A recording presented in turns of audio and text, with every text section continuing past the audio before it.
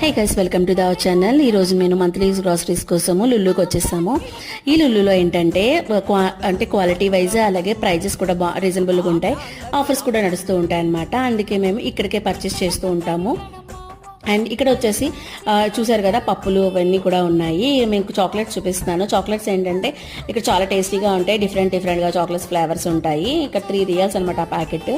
ఇక్కడ క్యాండీస్ చూసేటట్టయితే మీరు real ఫ్రూట్తో candies చేస్తూ ఉంటారు, మనకు రత్నదీపలో ఇండియాలో దొరుకుతాయి కదా, ఆ టైప్ అనమాట.